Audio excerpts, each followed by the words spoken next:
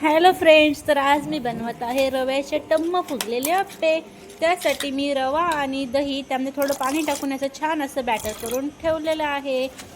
हे बॅटर तुम्ही बघू शकता आणि याला 10 मिनिटं बाजूला ठेवून देऊ आणि त्यामध्ये इनो टाकून घेऊन त्याला छान प्रकारे असं हलवून घेऊ आणि त्याला 10 मिनिटं बाजूला ठेवून घेऊ। बघू शकता रव्याचं हे बॅटर कशा प्रकारे छान फुललेलं आहे। त्यामध्ये मी माझ्या घरी जे पण व्हेजिटेबल्स आहे त्या प्रकारे व्हेजिटेबल्स टाकले आहे। तुम्ही पण तुमच्या आवडीनुसार त्यामध्ये व्हेजिटेबल्स टाकून घेऊ शकता आणि त्यामध्ये थोडं चवीनुसार मीठ टाकून घेते मी। बघू शकता हे आप्याचं बॅटर किती छान प्रकारे बनलेलं आहे।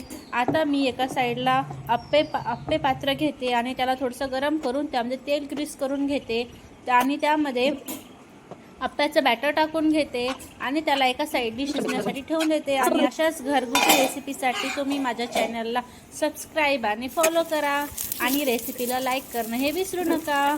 बघू शकता एका साईडने आप्पे कसे छान प्रकारे टम्म फुगले आणि शिजलेले आहे। त्याच प्रकारे आपण दुसऱ्या साईडने सुद्धा यांना शिजण्यासाठी ठेवून देऊ। बघू शकता आप्पे किती छान सुंदर असे बनलेले आहेत। थँक्यू।